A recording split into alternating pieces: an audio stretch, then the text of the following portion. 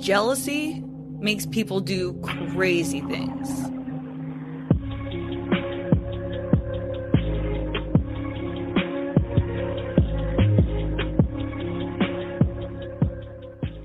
Hey everybody, welcome to Crime Over Cocktails. I'm Tiffany, your host, and tonight I want to talk about the case of Danielle Marshall. Everything that you are going to hear in this episode today is either referenced in Oxygen's In Ice Cold Blood or from the Cinemaholic. Danielle Marshall grew up in Powder Springs, Georgia, with her mother Gloria and her brother Brandon. She was very outgoing. She had a lot of friends. After high school, she decided that she was going to get a job at the local Goodwill. She was also going to pursue a career in nursing. She really wanted to become a nurse. She loved helping other people. She was very caring. She lived with her mother, and her mother worked nights. While Danielle was working at Goodwill, she met Josh Gibson. There was an instant attraction between the two, and before you knew it, they were dating. 6 months in, 23-year-old Danielle found out that she was pregnant. It was a baby girl that they would name Eva. The couple tried to make things work, but not that long after Eva's birth, Danielle broke up with him. Their relationship wasn't always the best. Well, for starters, he was living with another woman.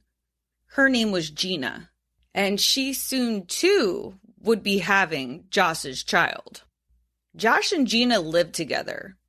Due to Josh's schedule, the only way he could see his daughter was if he went to Danielle's house after he got out of work. So a lot of times, he would be at Danielle's house in the middle of the night. He claimed it was the only way he could see his daughter. Apparently, Gina was okay with it.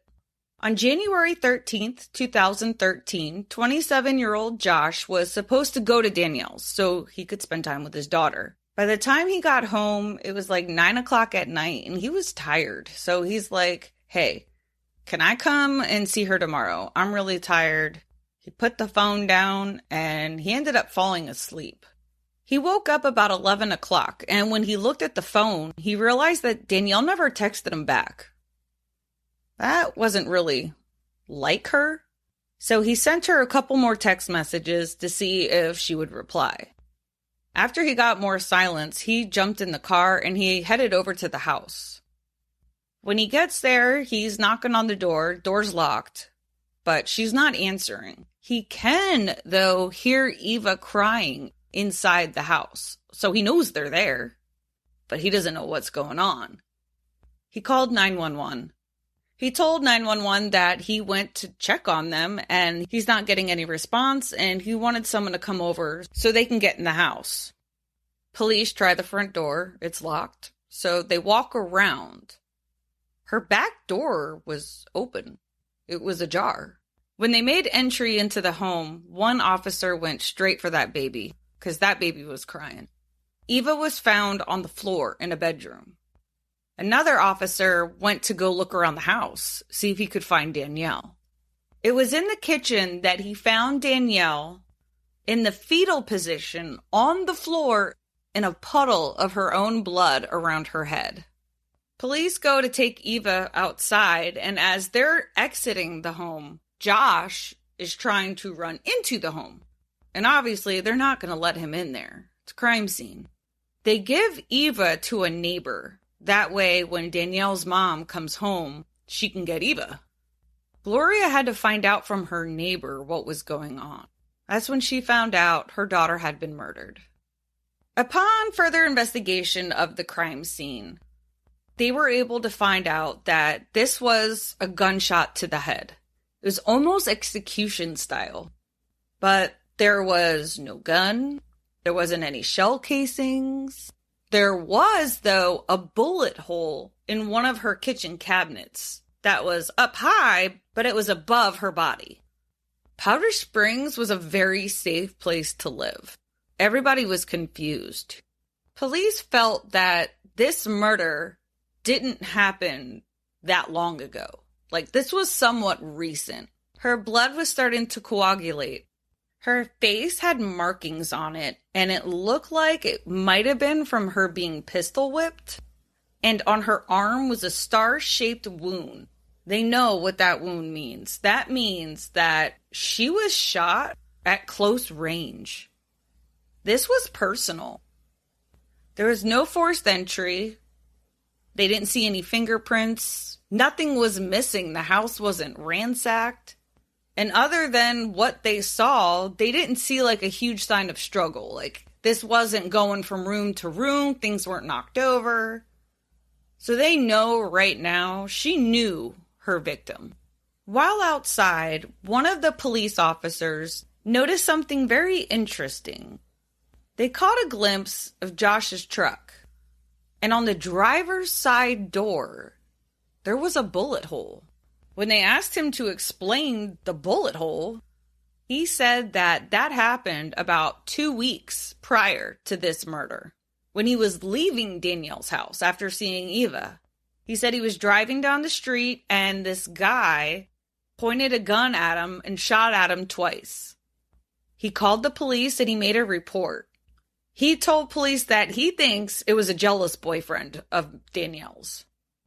The weird thing is, though, like, he still had the broken glass from the window and the actual bullet still in his truck. Like, he was just riding around with it. So they take the bullet that they found in the cabinet, and then they took the bullet from his truck. They want to see if this was shot out of the same gun. Are they both in danger? Is there like some kind of crazy killer on the loose? What's happening? They bring him to the station so they can get more details. He reiterates his story. He was shot out 2 times. He called 911. He did admit to still loving Danielle, but he said, I still love her, but I don't want to be with her. He really wants to be in his daughter's life, and he's living with his girl, Gina. They also have a child together. He said he was growing worried because after he tried to get a hold of Danielle, and the fact that she didn't respond after multiple texts, that's why he decided he needed to drive over. He wanted to make sure that they were okay. Another thing that he admitted to was that him and Danielle were still sleeping together. He said the last time was that Wednesday. When they asked him, how's Gina feel about this? He said she's cool with it. They really don't have anything to hold him on, so they take a DNA sample, they take his phone, and he's free to go. When they look into the phone, it appeared that everything was collaborating with the story. About texting and calling several times before he headed over. When they checked the phone towers, they didn't ping anywhere near her house until the time that he called 911.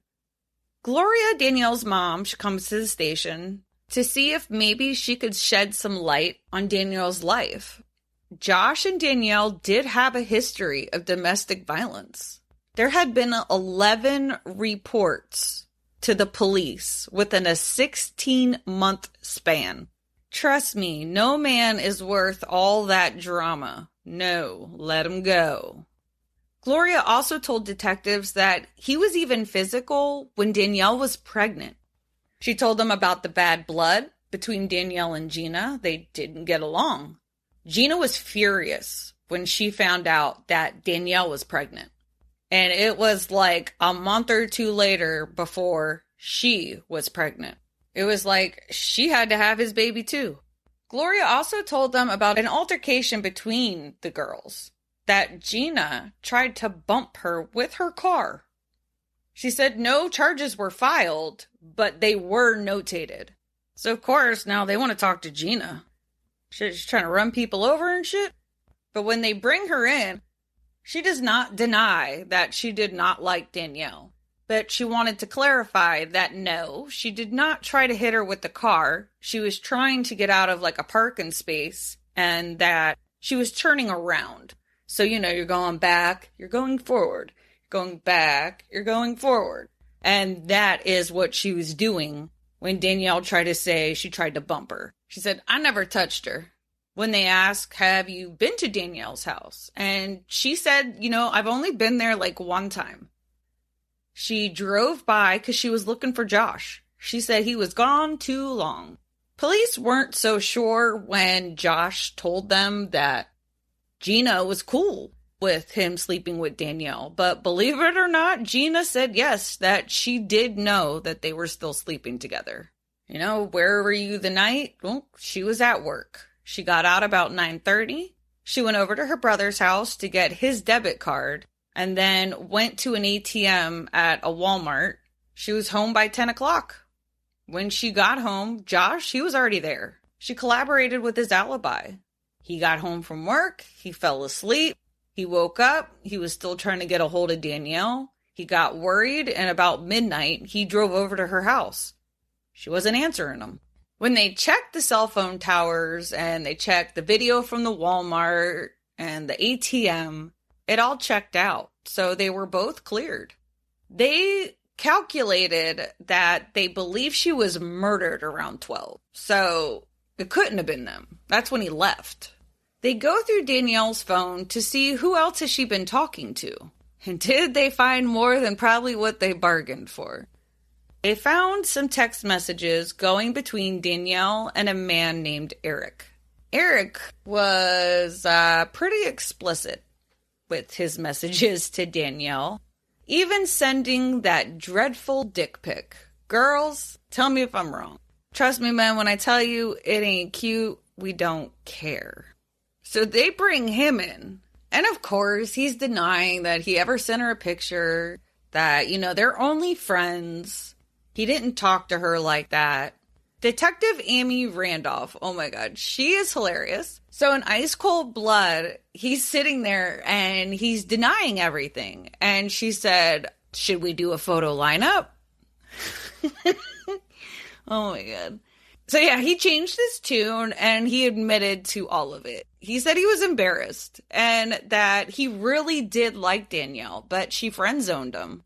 He did shed light on the whole Josh situation, though. He said that Josh was very controlling and very jealous. He said that Josh had a lot of jealous fits. He last saw her on Tuesday, but he also had an alibi. He was at work. When ballistics comes back, the bullets were a match. This was huge, because now they know it's the same gun, but they're at a dead end. Everyone that they're looking into is alibied out. A month passes, and there's just no more leads. They bring Josh back in for another round of questioning. They really had a strong feeling that he was involved. They didn't know how. They didn't know why. They just had a feeling he was involved. They start asking him about the shooting again. He tells them the exact same story. And they got nothing. Gotta let him go again. 6 months into this, and this case is as cold as the killer's heart. But luckily, about 8 to 9 months in, the DA decided to open up a cold case unit. And they wanted to make Danielle's case the first one that they solve. Sometimes it just takes fresh eyes to find something that could have been missed. Shoot, sometimes if I'm stuck, I walk away, I come back, I figure it out. They look back over the phone records. They look back over everything. One detective did find something that was overlooked the last time. There was one phone number that was found in both Gina's phone and Josh's phone, and they were both used on the night of the murder. Phone number comes back to a man named Jesse. When they looked him up, he was squeaky clean. He didn't have shit, no record, nothing. I don't even think he had a speeding ticket. They decide, let's do a surprise visit. They show up at his work. Jesse speaks with them and he tells them he's known Josh since high school. And that's how he knew about Danielle. Took them a little while to get some stuff out of him. They could tell that he was nervous. But they confronted him and said, your phone was at the scene around the time we believe this murder happened. You might want to start talking. On the show, they said that, he had that oh shit face, and he broke immediately. On Thursday night, on the 10th, Josh and Jesse were having some drinks, and Josh said, you know what? This Sunday, we should go over to Danielle's house. We're going to have a threesome. He said, we're going to wait for Gina to come home from work and go to bed. Then I'm going to call you for you to come and pick me up. We'll go over to Danielle's, have a threesome. They did exactly that. But when they got to Danielle's house, she was pissed. First of all, Eva was still awake, and she did not know anything about no damn threesome. Or was she interested in a threesome? Danielle and Josh went into the bedroom to talk or yell it out. And when Josh came back out of the room, he said, well, she isn't up for it. That's when they left. She was the one that closed the door behind them at midnight. He confirmed that, yes, we did leave at midnight. So now they know they caught Josh because he's saying that he was home at midnight. His phone records put him at home on midnight. And that's when they realized that Josh had used Gina's phone to tell him to come over to get him. They try to get some more out of him. They tell Jesse, look, any activity that was going on her phone last was at 10:34. They made entry into her house at 1:20. They're like, you had to be there for the murder. He's like, no. There was no murder. There was no gunshots. There was no gun when I went over there. I went over there to have a threesome, not to kill anybody. He finally tells them the last piece of the puzzle. Jesse got back in the car. They were getting ready to leave. Josh said, wait a minute. And he went back into the house. Jesse said he sat in the car. He was listening to music. He didn't hear anything. He didn't hear any gunshots, nothing. And he said Josh was only in there for like a few minutes. He told them they left about 12:07. And when he came back to the car, he was totally normal. He wasn't angry. He wasn't upset. Josh was home by 12:17. Phone records showed that timeline was correct. Jesse was telling the truth. They knew they had him. They were now able to put the whole picture together. Josh didn't care about anybody but his damn self. He used Gina's phone to set up his alibi when calling Jesse, because they can't pin it on him now. He used Jesse as a pawn to get him to the house without him having to take his car. He had been planning this for weeks. He shot his own car. This was all being set up by Josh. Nobody knew. In September of 2015, he was arrested, but he took his right to remain silent. He was charged with murder, aggravated assault, and possession of a firearm in the commission of a crime. They said the motive was jealousy, control, and greed. He didn't want to have to pay child support. Just when you thought that was enough charges, but wait, there's more. An inmate called police to tell them pretty much what Josh has been up to while he's been behind bars. He was putting a hit on Jesse to kill him. He did not want him to be able to testify at court. Jesse was going to be his biggest obstacle because that's who he was with. He wanted to make it look like it maybe was drugs, or he didn't care. He wanted him dead. But he's still not done, because he also made a hit list, which included Detective Amy Randolph and a few other detectives. In ice cold blood, she said, I was on a hit list. Yay! I made a list. I don't know if I'd be that calm about my name being on a hit list, but I mean, it did say she's retired, so. January 2018, the trial for Danielle's murder and his hit list were all on the table. They also ended up charging him with solicitation of murder. During trial, Josh just sat there. He had no emotion. He had no remorse. He's a cocky little thing. But some point he could tell that this wasn't going to go the way that he was hoping it was going to. So he kind of just blurted out that he wanted to plead guilty. When they approached the judge, so the judge can ask him, are you sure? What are you pleading? He just kind of sat there for a minute. Then all of a sudden, he backhanded his attorney in the face. That courtroom turned into a damn circus because people are jumping on him. He's wrestled to the ground. It's just chaos. They're having to escort people out of the courtroom so nobody gets hurt. February 9th, After 1 hour of deliberation, he was found guilty on all charges, and he was sentenced to life without parole. This just goes to show the maturity, and I don't even know, but when he had to sign his sentence sheet, where you sign your name, he drew a penis. A penis is now his official record. I mean, he was a dick, but Jesus. Josh really took the easy way out because they received a call from the prison stating that Josh had dove off the second floor railing of the jail, and he ended up passing away from a brain bleed. On the show, Danielle's mom, Gloria, said that I wanted him to sit in jail every day, and I didn't get that. And that's unfortunate. I totally understand that. You want that person to sit there and think about what they did every day, haunted by memories. When police went to arrest Josh, he told them, "Don't arrest me in front of my kids." Like, are you fucking kidding me? You killed your child in the house, in the next room, but you don't want them to see you get arrested? She said, "Child, please." But he took the easy way out. He was a coward. This is just another example how domestic abuse can roll into the unimaginable. It might be just a slap here one day or, an insult there another day.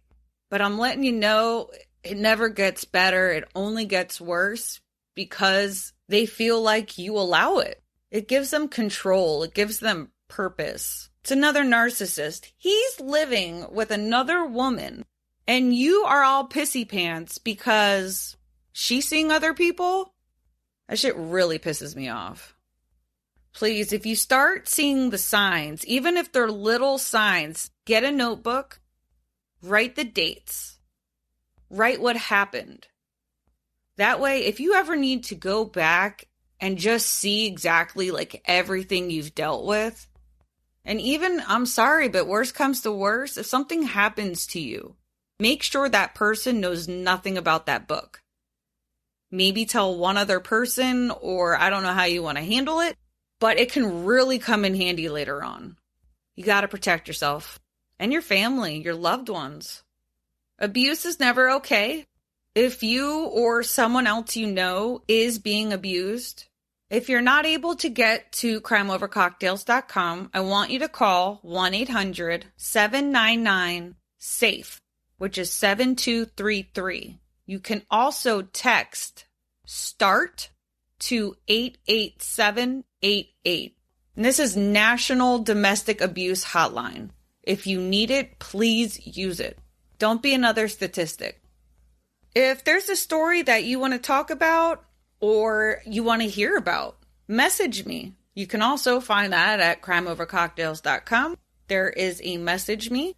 Feel free to comment on YouTube or any of the other platforms that allow it. I'd love to know what you guys think. Make sure to like, follow, and subscribe on your favorite platform or all of them. Leave a 5-star review on Spotify or Apple. But all right, we'll talk crime another time. Bye.